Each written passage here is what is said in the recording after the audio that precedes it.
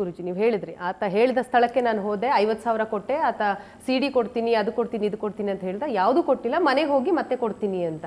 ಹೌದಮ್ಮ, ಅಲ್ಲಿ ಹಿಡಿಯಕ್ಕೆ ಹೋದಾಗ ಸಹಿತ ಅಲ್ಲಿ ಇರ್ತಕ್ಕಂಥ ಸುಮಾರು ಜನ ಎಲ್ಲರೂ ಅವನ ಪರವಾಗಿ ನಿಂತ್ಕೊಂಡ್ರು. ಆದರೆ ಅವ್ರು ಯಾರಿಗೂ ಗೊತ್ತಲ್ಲ ಇವ್ನು ನಿಂತ ನೀಚ ಅಂತ. ಬಹುಶಃ ಈಗ ಗೊತ್ತಾಗಿರ್ಬೋದು ಅವ್ನು ಮಾಡ್ತಿರ್ತಕ್ಕಂಥ ಅನ್ಯಾಯ ಏನು, ಯಾತಕ್ಕೆ ಗುರುಗಳು ಅವರೇ ಬಂದು ನಿಂತರು ಈ ಕೆಲಸಕ್ಕೆ ಅನ್ನೋದನ್ನು ನಿಮ್ಮೆಲ್ಲರಿಗೂ ಬಹುಶಃ ಅರ್ಥ ಆಗಿರ್ಬೋದು. ಆ ಭಾಗದಲ್ಲಿ ಇರ್ತಕ್ಕಂಥ ಕುಮಾರಸ್ವಾಮಿ ಲೇಔಟು, ಆ ಸುತ್ತಮುತ್ತ ಯಾರ್ಯಾರು ಆತನ ಅನ್ಯಾಯಗಳಿದ್ದಿರೋ, ಯಾರ್ಯಾರು ಆತನ ಸಂಬಂಧಿಕರಿದ್ದಿರೋ, ನಿಮಗೆ ಆತ ಮಾಡಿರ್ತಕ್ಕಂಥ ಅನ್ಯಾಯ ಏನು ಅಂತ ಬಹುಶಃ ಈಗಾದರೂ ನಿಮ್ಗೆ ಅರ್ಥ ಆಗಿದ್ದರೆ ಆನಂದ್ ಗುರೂಜಿಯವ್ರನ್ನ ನೀವು ಅರ್ಥ ಮಾಡ್ಕೊಂಡ್ರೆ ಸಾಕು ಅಂತ ನಾನು ಕೇಳ್ತೀನಿ. ಆಗ ಅವನಲ್ಲಿ ಹಿಡಿದು ಉಪಾಯವ ಕಷ್ಟನ ಸುಖ ಭಾಳ ಶ್ರಮಪಟ್ಟು ಎತ್ಕೊಂಡು ಸ್ಟೇಷನ್ಗೆ ಬಂದು ಕೂಡಿಸಿದ್ವಿ. ಚೆನ್ನಮ್ಮನ ಕೆರೆ ಅಚ್ಚುಕಟ್ಟು ಸ್ಟೇಷನ್ಗೆ ತಂದು ಈಗ ಅದು ವಿಚಾರಣೆ ಮುಂದುವರೆದಿದೆ. ಆದರೆ ವಿಚಾರಣೆ ಮುಂದುವೋಗಿದೆ, ಆತ ಕೋರ್ಟಿಗೆ ಬರ್ತಾನೆ ಅಥವಾ ಏನೋ ಆಗ್ಬೋದು. ಬಟ್ ಆದರೆ ಅವ್ನು ಸಂಪೂರ್ಣ ವಿಚಾರಣೆ ಮಾಡಿ ಇವನು ಹಿಂದೆ ಯಾರಿದ್ದಾರೆ ಅನ್ನೋದು ಜಾಲ ಬರಬೇಕಾಗಿದೆ. ಯಾಕೆಂದ್ರೆ ಇವನು ಒಬ್ಬನೇ ಮಾಡ್ಲಿಕ್ಕೆ ಆಗೋದಿಲ್ಲ ಇದನ್ನು. ಇದ್ರ ಹಿಂದೆ ಯಾರೋ ಇದ್ದಾರೆ, ಒಂದು ಟೆಕ್ನಿಷಿಯನ್ಸು ಅಥವಾ ಅದಕ್ಕೆ ಬೇಕಾಗಿ ಮ್ಯಾಚ್ ಮಾಡೋರು, ಅಥವಾ ಇದೇ ಥರ ಒಂದು ದೊಡ್ಡ ದಂಧೆನೇ ಇದೆ. ಈ ದಂಧೆನನ್ನು ಹಿಡಿದ್ರೆ ಇವತ್ತು ಈ ದಂಧೆ ಹಿಡಿದ್ರೆ ಆನಂದ್ ಗುರೂಜಿ ಒಬ್ಬರು ಸೇಫ್ ಆಗಲ್ಲ.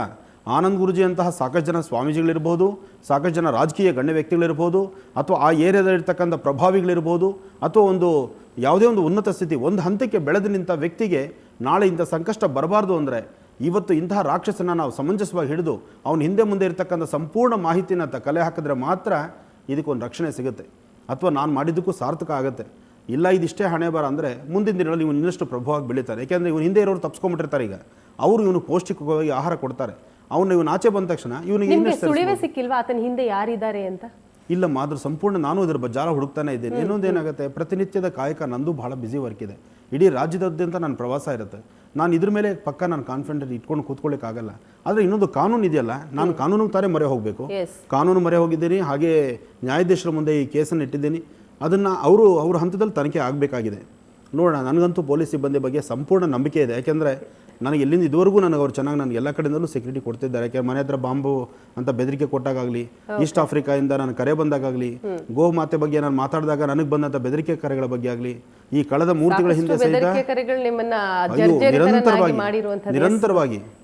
ಥ್ಯಾಂಕ್ ಯು ಗುರುಜಿ, ನಮ್ಮ ಜೊತೆ ಇಷ್ಟೊತ್ತು ಕೂಡ ಮಾತನಾಡಿದ್ದಕ್ಕೆ. ಒಳ್ಳೆಯದಾಗಲಿಮ್ಮ.